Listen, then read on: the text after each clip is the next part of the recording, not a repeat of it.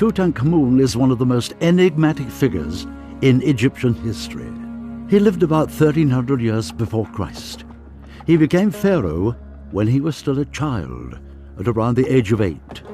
He died young, aged about 19. The pharaoh rested unknown and undiscovered for more than 3,000 years in the Valley of the Kings in Egypt, near the city of Luxor.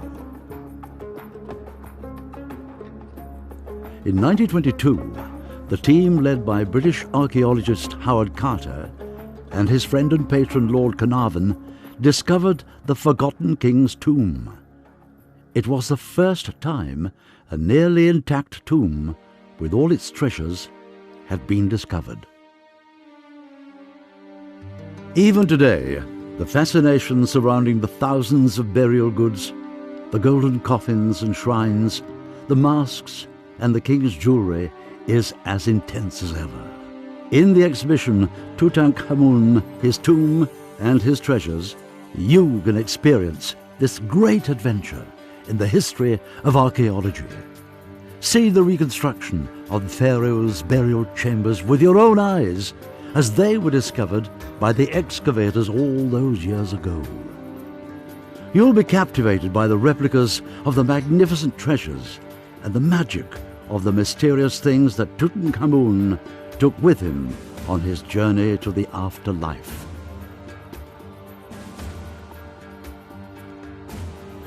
I will guide you through this documentary about the exhibition, and with me, an expert, an Egyptologist.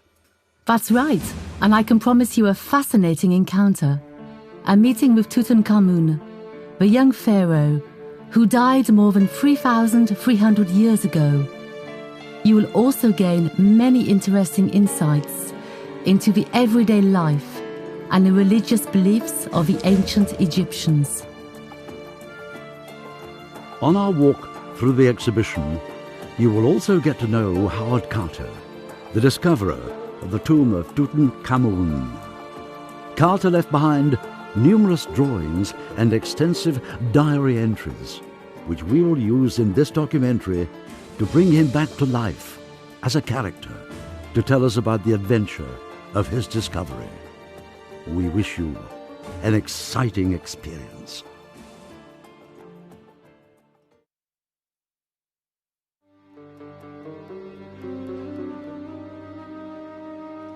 In 1799, this stone with 3 inscriptions was found in the town Rosetta on the Nile Delta. The content is simply a decree from Egyptian priests in 196 BC. What is special is that it contains the same text in 2 languages. The upper text was written in ancient Egyptian hieroglyphs, which no one had been able to understand for 1,500 years. The middle writing was also unknown. Today, we know it as Demotic script, the everyday writing of Egyptian officials.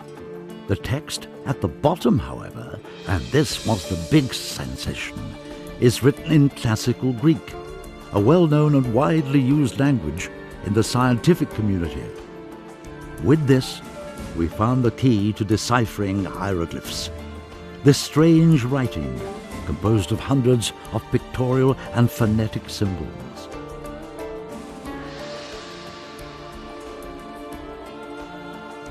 Now, all the mysterious records from a lost culture could be deciphered and read. A world opened up that had been closed for millennia.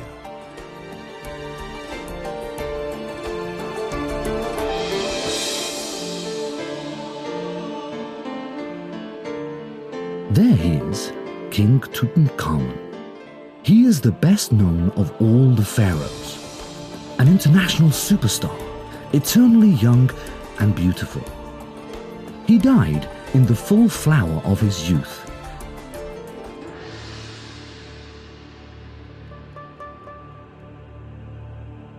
This statue was found in 1903, almost 20 years before the discovery of his tomb. The inscribed name reads Horemheb. Who was that? a well-known general and commander-in-chief of the army, who then became Pharaoh himself. But the investigators found out that something else must have been written under this name, something that had been chiseled off. Another name, perhaps? Precisely. Nowadays we can recognize the young pharaoh immediately. The features on the statue are unmistakably his.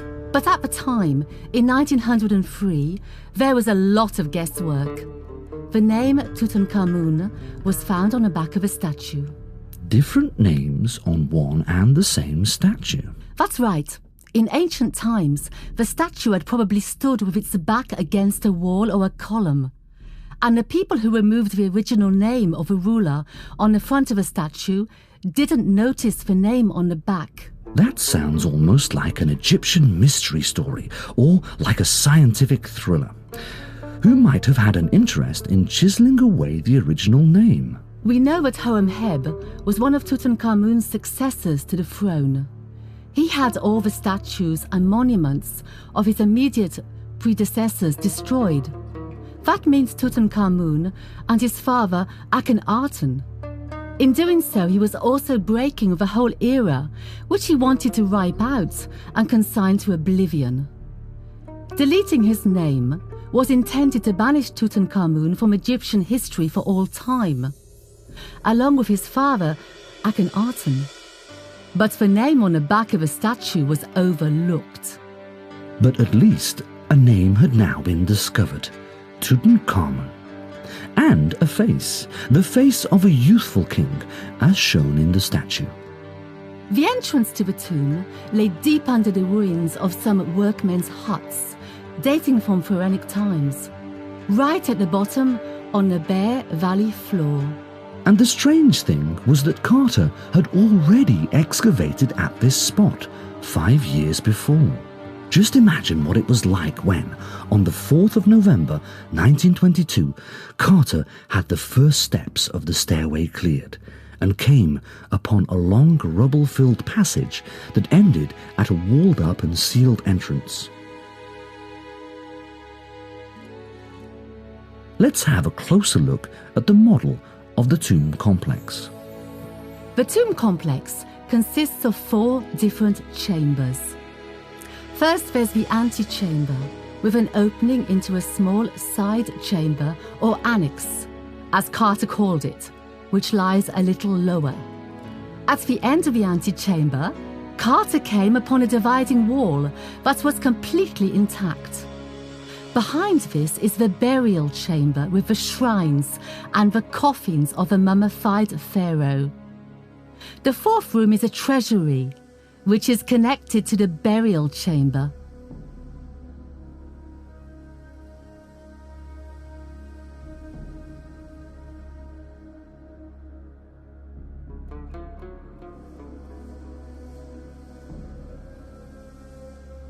Soon the details emerged from the half-darkness.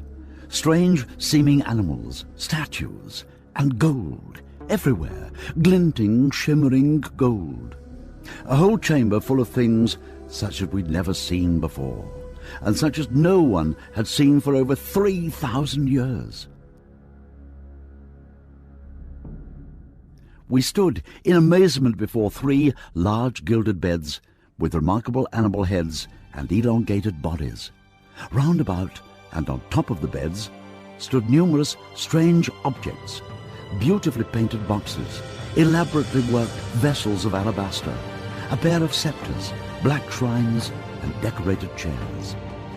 A stool covered in spots in imitation of a leopard skin, with legs like duck beaks. I cannot say whether we noticed all these objects immediately at the time.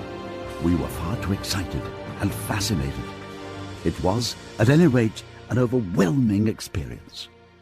Under the couch with the lion's head stands a small throne made of ebony, which Tutankhamun probably used during his childhood.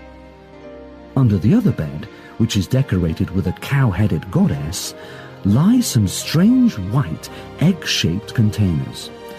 These were probably used for storing food in the afterlife. At the back, in the left-hand corner, is a sumptuous treasure, a small gilded shrine. But what we saw under the hippopotamus bed took our breath away. It was the magnificent gilded throne of the king, overlaid from top to bottom with gold, and richly ornamented with glass and inlaid stones. It was this room that was broken into by tomb robbers, probably soon after the burial of the pharaoh. In the left-hand corner lay a carelessly stacked heap of parts of dismantled ornamental chariots, gleaming with gold and inlays. The plunderers had evidently attempted to tear off the valuable gold fittings in great haste. Perhaps they'd been interrupted by the necropolis administration over 3,000 years ago. On the right-hand side of the antechamber, two life-size statues of the king in black and gold stand opposite each other. They look like guardians. They seem to be watching over a mysterious room hidden behind the wall. It was here that Carter discovered a blocked-up opening in the wall. In great suspense, he opened it up. When Carter had removed the wall between the antechamber and the burial chamber, he found before him the golden, richly decorated wall of a wooden shrine. A gap of about 65 centimeters separated the shrine from the walls on all four sides. On the floor, all around the shrine, funerary goods had been placed for the journey into the hereafter. Apart from their practical importance as protection for the deceased king, the shrines also have a deep religious and symbolic meaning.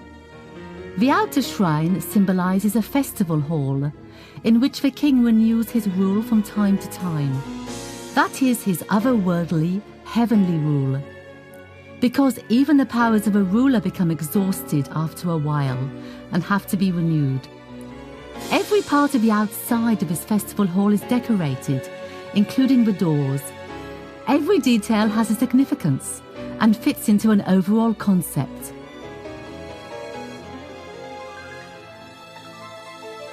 On the surface of the shrine's floor, you can see a sketch Howard Carter made to illustrate the way the four shrines were nested inside each other in the burial chamber.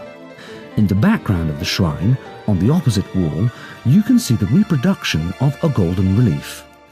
It represents a story, an ancient myth known as the Book of the Heavenly Cow.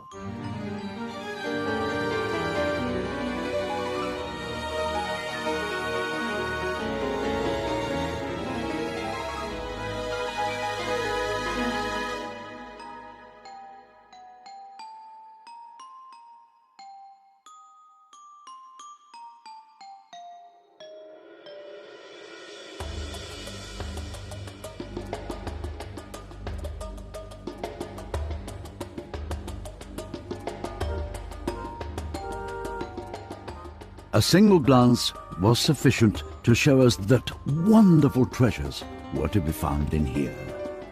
Opposite the entrance stood the most beautiful thing I had ever seen. So beautiful that I held my breath in amazement. It was a shrine-like chest, completely overlaid with gold and decorated at the top with a frieze of urea snakes.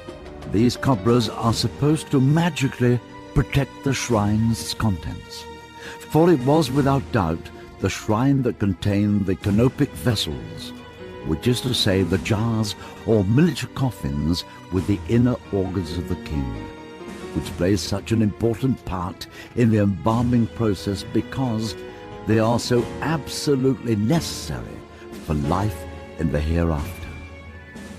Four goddesses protect the shrine that holds the internal organs. The names are Isis, Nephthys, Neph and Selkut. Directly by the entrance, like a mysterious guardian on a gilded base and a sledge with long carrying poles, lay the black figure of the jackal-headed god Anubis. He leads the deceased into the underworld and protects them from all dangers. Behind Anubis, we recognize the head of the sacred cow, Mehet Weret, who is a symbol of the heavens and of the night, in the hereafter. On the right are a large number of black shrines or chests. Each contains one or several figures of either gods or kings, carefully stored in cloth wrappings. Most of them are covered in gold leaf. A whole series of model ships were stacked on the black chests, without any discernible order, except that the prows were always aligned facing west, in the direction of the setting sun toward the kingdom of the dead. We recognized the details: small cabins, kiosks, or thrones on their decks. They were boats such as the ones that were used in everyday life on the Nile in ancient Egypt. To the left of the Anubis figure lay some magnificent chests of ebony, decorated with gold and ivory. They contained valuable jewelry. Each one of these objects was minutely examined. This is the east wall of the chamber. You'll see the procession with the coffin sledge, with the king's mummy under a high canopy being hauled by 12 high officials over the desert sand towards the royal tomb. This is the funeral of Pharaoh Tutankhamun. All of these images are an introduction to the great mysteries of eternity, as they were seen and believed by the ancient Egyptians. The deceased king, Tutankhamun, is magically transfigured. He is united with the goddess of the sky, and thus himself becomes an immortal god. The golden yellow colour of the background to all of these scenes is a reference to the so-called House of Gold, in which the rituals of a funerary cult were performed. On this wall, you'll see a story in pictures which you'll need to look at from the right to the left. The dead king, Tutankhamun, is firstly transfigured by A, who is already depicted as the successor of Tutankhamun, and is now dressed as a mortuary priest with the skin of a hunting cat. He stands before the mummy of a king, now transformed into Osiris, and points a magical implement towards him, which enables the deceased to use their senses again and to eat and drink. We call this ceremony the opening of the mouth. After this, Tutankhamun is welcomed into the hereafter by Nut, the mighty goddess of the sky.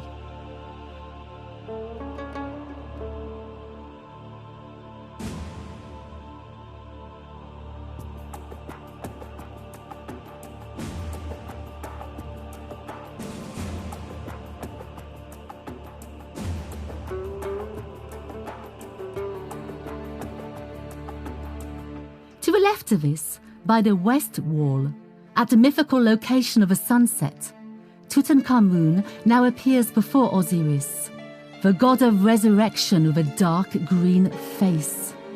Behind Tutankhamun stands his immortal energy, his so-called Ka, identifiable by the raised arms above the Ka's head. It is the hour after sunset. The solar bark is just arriving in the underworld and is being greeted by 12 baboons. This last wall, which is the south wall of a burial chamber, shows a now deified Tutankhamun between two other gods. On the left is the jackal-headed god of the dead, Anubis, and on the right is the goddess Hathor. Both deities protect the king. The scenario originally continued further to the left, behind the figure of Anubis. But Howard Carter was forced to break open this part of the wall. Otherwise, he wouldn't have been able to get the individual pieces of the shrines out of the chamber. In the actual tomb of Tutankhamun, in the Valley of the Kings, this part of the wall painting can no longer be seen. But in our exhibition, you can see it as a reconstruction. It shows the goddess Isis, consort of Osiris, standing to the left of the jackal-headed god of the dead. Behind her squat three gods of the underworld.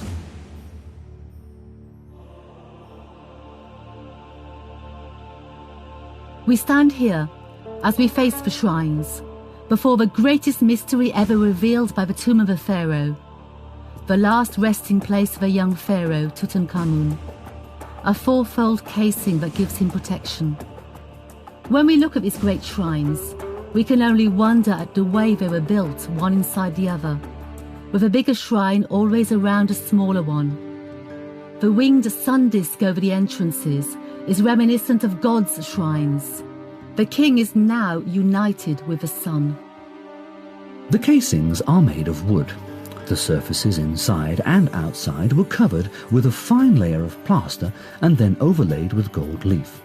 These shrines are a magnificent testimony to the skill of the ancient Egyptian artists, and the two longer sides of the second shrine, which you're now standing in front of, represent one of the most extraordinary scenes in Egyptian art. It's to do with the secret divinities of the underworld. Most of the inscriptions are encrypted. Carter and his expert colleagues couldn't get to the bottom of these mysteries at the time of the discovery. And even today, there are still some details that haven't been decoded. Only priests and initiates know these secrets of the afterlife after 3,000 years ago.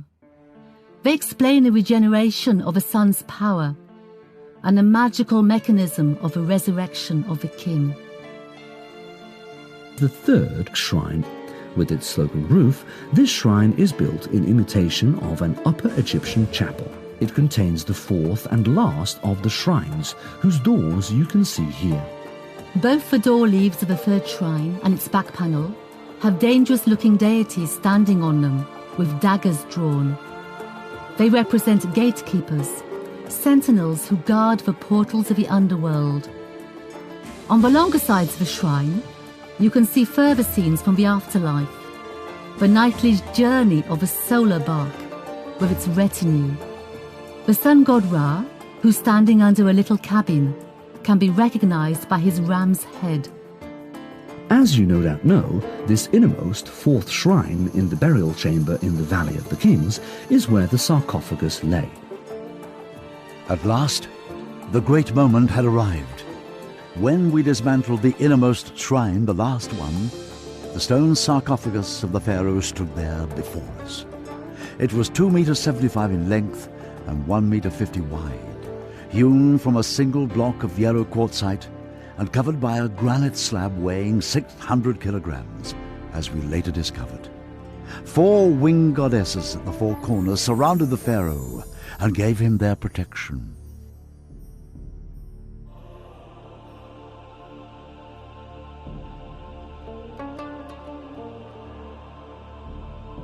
This golden image of the pharaoh was the lid of the first mummiform coffin, which completely filled the stone sarcophagus. Because of its size, we surmised that it was the outermost one of a series of coffins, the innermost of which enclosed the mortal remains of the king. And that's how it was. There were 3 coffins, each one resting inside another. Each of them fitted precisely into the next. These coffins are images of a sun's golden radiance, while at the same time being protective casings for the corpse, as well as imperishable substitute bodies. Each coffin lid shows an idealized image of a king. He is wrapped in a feathered robe, his brow adorned with a vulture and cobra, the heraldic goddesses of the 2 lands. In other words, Upper and Lower Egypt. In his crossed hands, he holds the pharaonic insignia of rule, the crooked scepter and flail. Nevertheless, the coffins differ from each other. On the gilded outer coffin, the king wears a tripartite wig under a headcloth. He's already depicted as a god here. We even found withered flowers in the coffins, which had been given to the dead king more than 3,000 years ago for his journey into the afterlife, a parting gift from the young widow to her beloved husband. It was one of those moments that deeply moved us. On the second coffin, the coloured glass inlays seemed to reproduce the play of the colours at sunrise. even though no ray of light could have penetrated the absolute darkness of the tomb during the 3,000 years that had passed.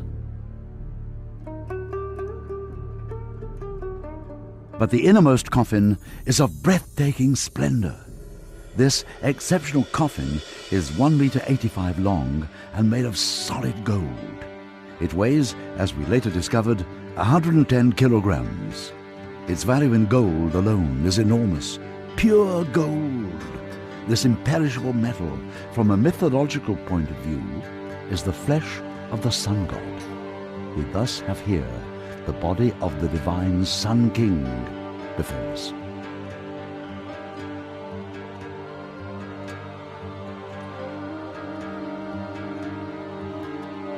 In October 1925, almost 3 years after the discovery of the tomb, the moment had arrived.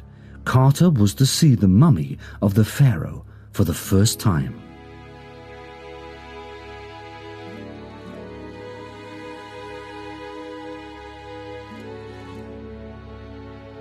Many thoughts about death and mortality passed through our minds.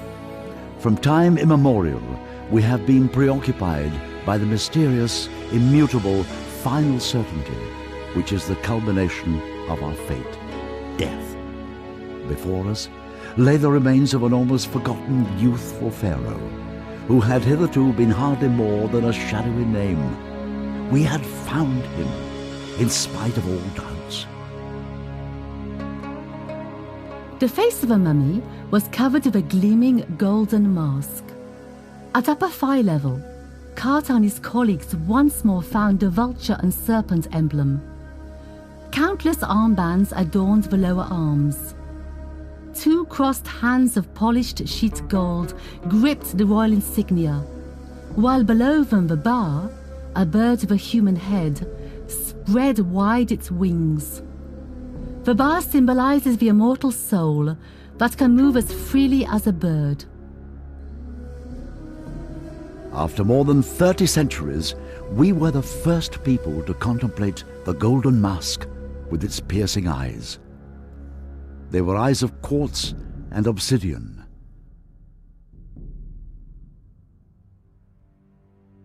As we loosened the bandages of the mummy layer by layer, 143 objects gradually came to light.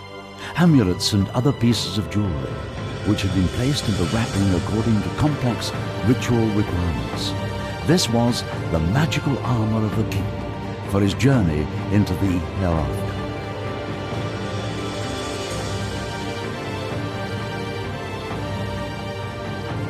We've now come to the central point of the whole burial, the mummy of a deceased pharaoh. Let's pause for a moment here and look back towards the shrines, because this is exactly the perspective that accords with the religious thinking of the ancient Egyptians, from the inside outwards, from the mummy to the outer shrine. And the way of resurrection for the king also runs from the inside outwards. The mummy is where the soul of the king resides, and the 3 coffins symbolize the body of the king, who is metamorphosed into the sun god. Everything must thus be seen from the perspective of the pharaoh, who lies at the center of the tomb complex. Only then are the deepest mysteries of religion revealed as they were seen and believed by the ancient Egyptians. On the longer sides of the 3rd shrine, the ram-headed sun god travels in his bark through the underworld of the night.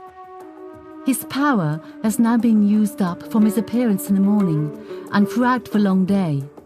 The sun and the god are one. Their energy must be renewed in the underworld in the hours of darkness. The sides of the 2nd shrine depict this mystery, the mystery of the sun's power. This mythical knowledge was so secret that the priests additionally encrypted the inscriptions, so as to protect the secret from the uninitiated. You'll find illustrations here in which figures of gods are irradiated with light, in other words energy, by small symbolic sun discs. During this process they are recharged. Other figures of gods are being provided with heavenly fire by cobras. The sun which uses up its light in the course of a day, regains its energy during the night, as does the solar king, Tutankhamun, whose mummy reposes within the shrine.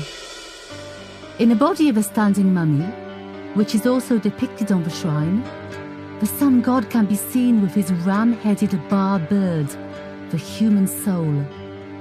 Because even a sun possesses a soul, which needs to regenerate its power time and time again. The ring-shaped serpent, which you can see at the head and at the feet of a mummy, is called an Ouroboros, and is a symbol of eternity that has survived to this day. Mysterious hands rotate the sun disk, and everything is repeated night after night in the dark depths of a hereafter. The 4 shrines are thus recounting to us the deeply secret process of resurrection as the priests of the pharaoh saw it. In the innermost shrine, the mystery of death takes place, but also that of new creation.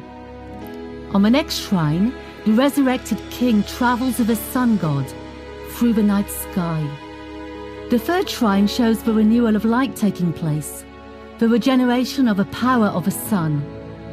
And on the outermost shrine, the symbolic festival hall, the reign of a pharaoh is celebrated as an eternal kingship in the heavens.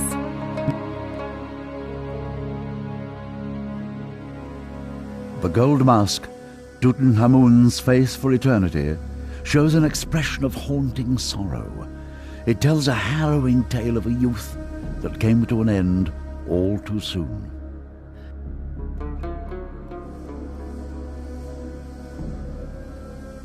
It's the celebrated face of a world-famous icon, and it's 3,000 years old.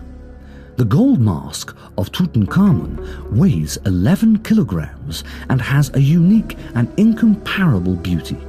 It's unimaginably valuable. It covers his mummified face and is now his imperishable countenance for all eternity. Its vivid eyes are fashioned from light-colored quartz, in which shining pupils of obsidian are embedded. At the same time, it represents the face of the sun god. Everything about the king now is sun-like. The mask nimbus or headdress is an image of a blue sky with golden sunbeams shining through it. The multicolored neck collar reflects the endless play of color of the rising sun at the dawn of every new day.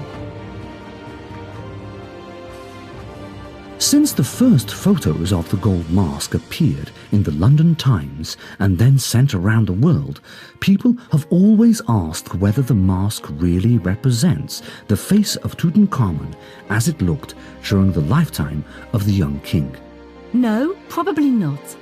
The countenance of a young pharaoh, which is doubtless one of the best-known Egyptian faces in the whole world, represents only an idealized version of Tutankhamun's real face. But it's precisely that shows the great mastery of the Egyptian artists. They have managed to create a portrait of a divine king that is timeless, eternal, at one with itself.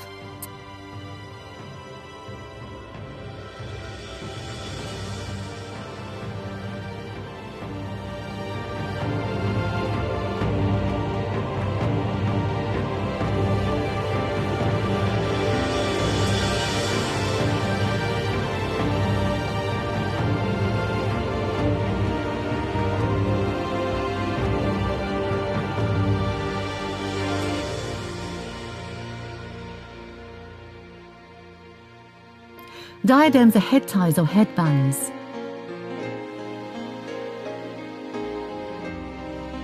And pectoral is the name given to ornaments worn on the breast, usually on a neck chain.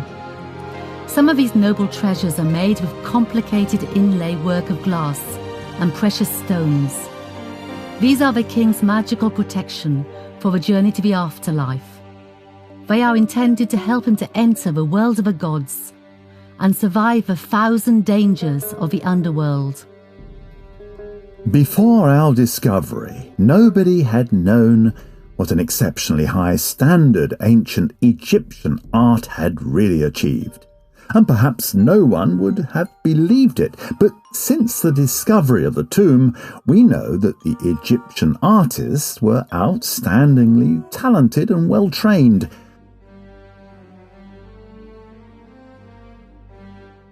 We found a whole fleet of model ships in the tomb, which were reproductions of real ships. 14 of them stood on the black chests, and a few others were distributed around the room wherever there was space for them.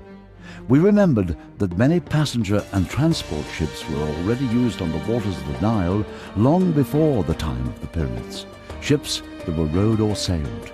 They were built of cedar and pine wood from the Lebanon, and they could transport hundreds of tons of trade goods, large blocks of stone for building the temple complexes, or colossal obelisks. These ships have a great significance for the afterlife, because life after death for the ancient Egyptians was a continuation of their earthly life. So boats and barks were needed there to sail on a river, for instance to the sacred places of the gods. The king also needed them to regularly transport provisions to him. These little model-sized ships and barks are more than enough to cover these needs because they represent actual ships which the king can really use in the hereafter. Along the whole of the treasury's south wall, a number of sombre black shrines and boxes were stacked. We could not imagine what they would contain. With suppressed excitement, we opened them one after the other. Every box contained one or more figures of gods wrapped up in a piece of linen.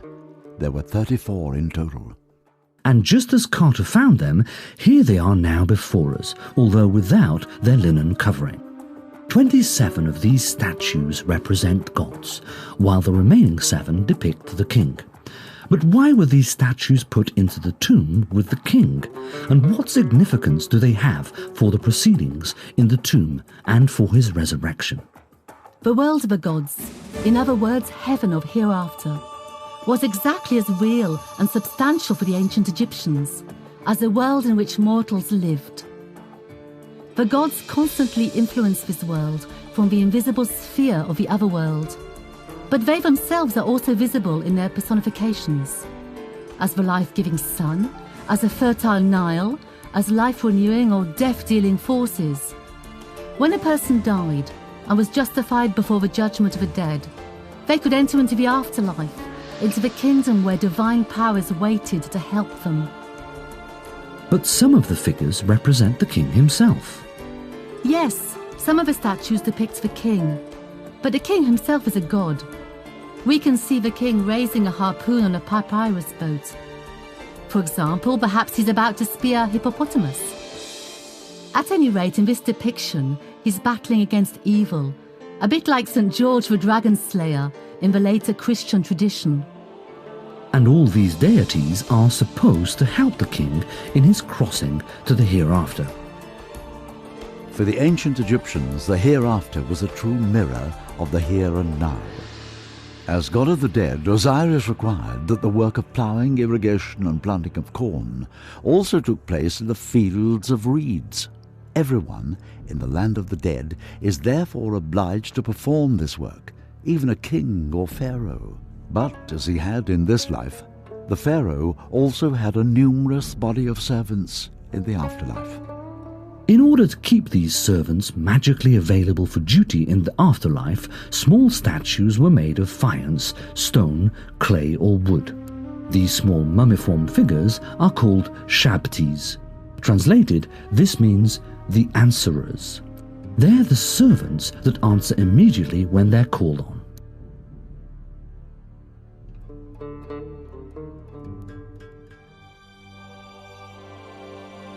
The pharaoh's throne, the golden throne of Tutankhamun.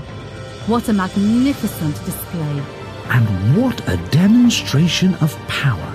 I asked myself whether more than 3,300 years ago, Tutankhamun had really sat on this throne during the solemn rites and ceremonies that were part of being a king. It was the throne of the most powerful ruler in the world, even if, as in this case, it was occupied by a child or youth. Before this young king, the most powerful in the land and the rulers of foreign peoples bent their knee.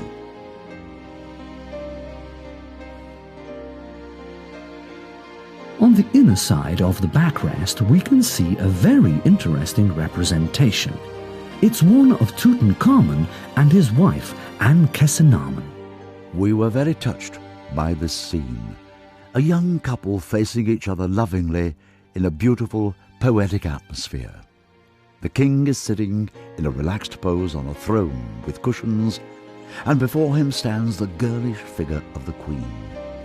In one hand she holds a small ointment bowl, while with the other she gently anoints his shoulder. It's a simple, little domestic scene, but how steeped with life and feeling.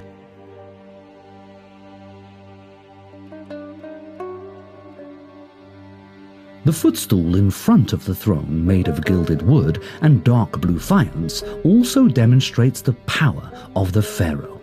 The ruler could rest his feet on a scene of captives, bound Nubians and other conquered enemies, who now found themselves literally under the feet of the pharaoh.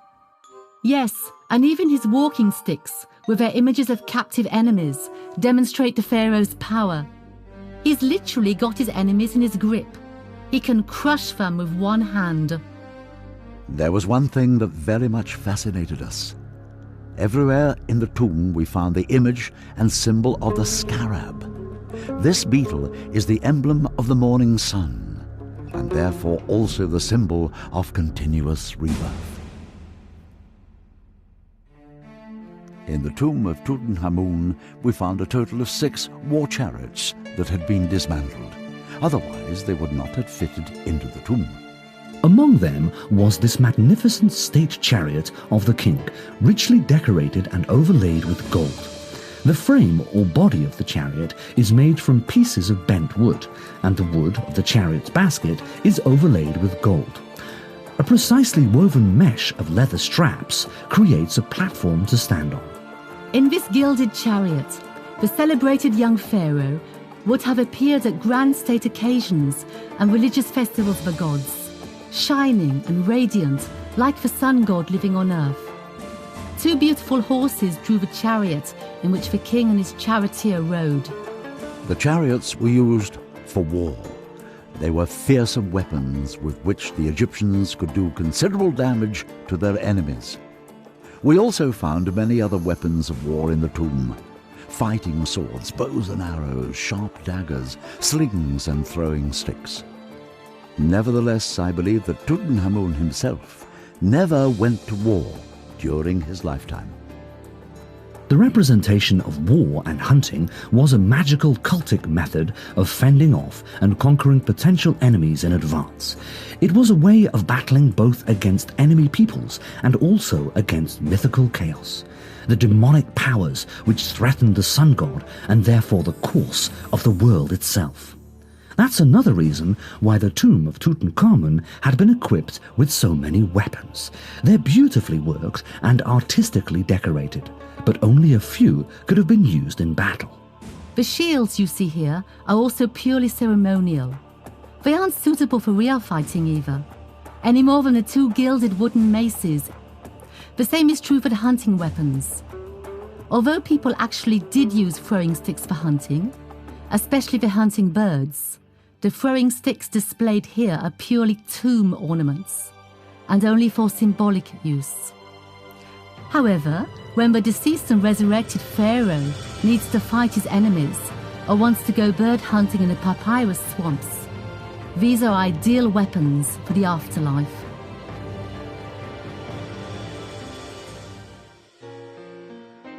The funerary equipment, which was supposed to make the king's life easier in the hereafter, comes from the everyday world of the pharaohs.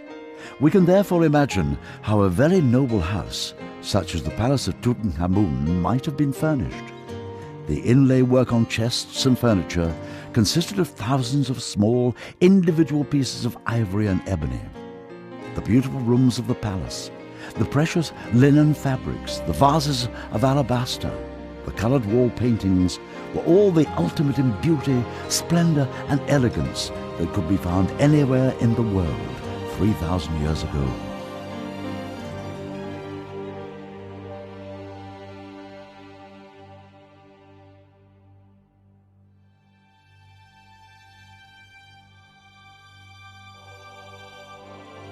The magnificent throne here in the middle, with its inlays of ivory, ebony, glass and precious stones, was only used for specific formal ceremonies.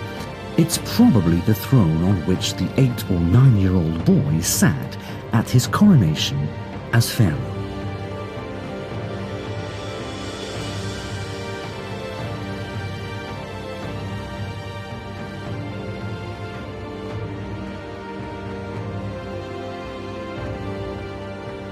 In the tomb of Tutankhamun we found many beautiful vessels of alabaster, and we were amazed that after 33 centuries they still contained the dried up remains of oils or other cosmetic substances.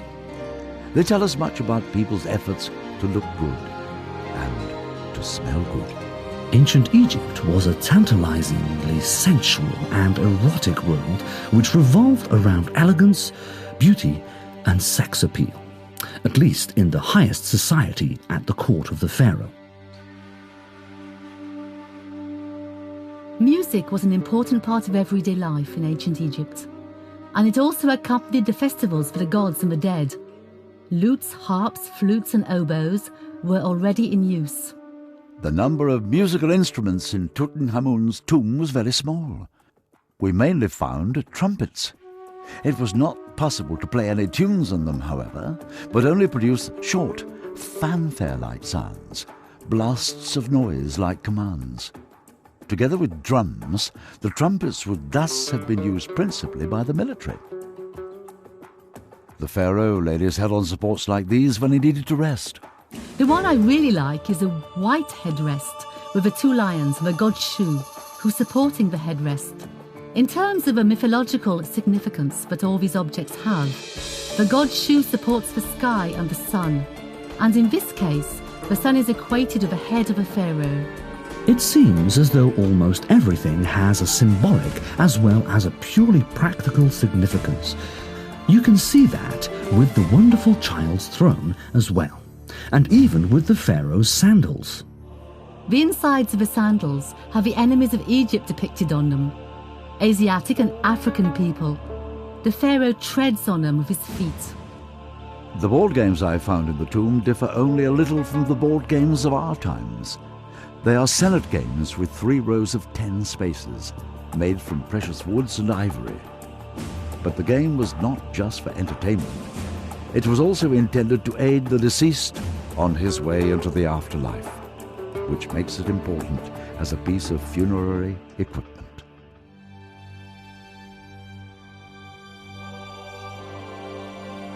The gilded canopic shrine is really one of the most beautiful pieces in the whole of the tomb's treasure. It was used for the burial of the mummified organs of the king, which would be reunited with the body in the afterlife. The intact state of the body is a precondition for the continued life of the king. That's why the internal organs are preserved in such a magnificent way. And that's why they are also especially protected and guarded by Anubis, the god of the dead. 4 gilded goddesses stand on the 4 sides of a shrine, works of art of consummate beauty. With their arms outstretched, the goddesses protect the shrine. When we opened the shrine, we found inside it a canopic chest made of alabaster, with 4 heads that represented 4 deities. These are the 4 sons of Horus, the special protective gods of the internal organs: Imseti, Duamutef, Kebesenuef, and Hapi. They protect the liver, the stomach, the intestines, and the lungs. But when we lifted the 4 heads of the deities, what a surprise awaited us. Underneath them, we found 4 small, very beautifully worked coffins in mummy form, made of solid gold, with inlays of precious stones and multicolored glass. Inside them were the mummified organs of the pharaoh.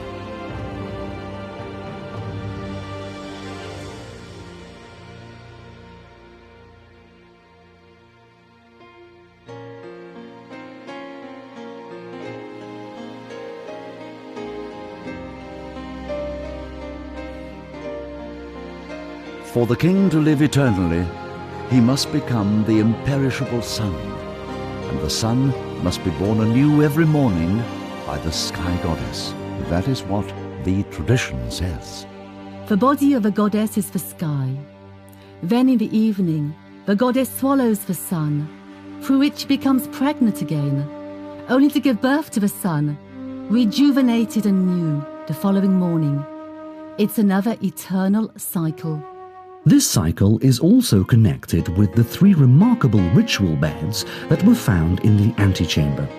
As you may remember, these beds are a mythological component of the sun's cycle during the hours of darkness. For the king to be able to unite with the sky goddess, as the sun god after his death, the mummy of a pharaoh was laid on each of his three beds in turn, in an extremely secret ritual before the burial took place. The three beds each correspond to an aspect of a sky goddess. The hippopotamus-headed bed embodies the devouring of the sun by the goddess on its setting in the west. And what about the bed with the lions' heads that we've already seen in the antechamber? It symbolizes the nocturnal stay of the sun god in the underworld. Inside the body of a sky goddess, in a manifestation of a lioness. It's here that his rejuvenation takes place, in preparation for his daily rebirth. And the third, cow-headed bed, embodies the renewed birth of the sun. Since the dead king is identified with the dying sun god in the evening, Tutankhamun must also enter the body of the sky goddess and pass through the phases of transformation before he can be reborn.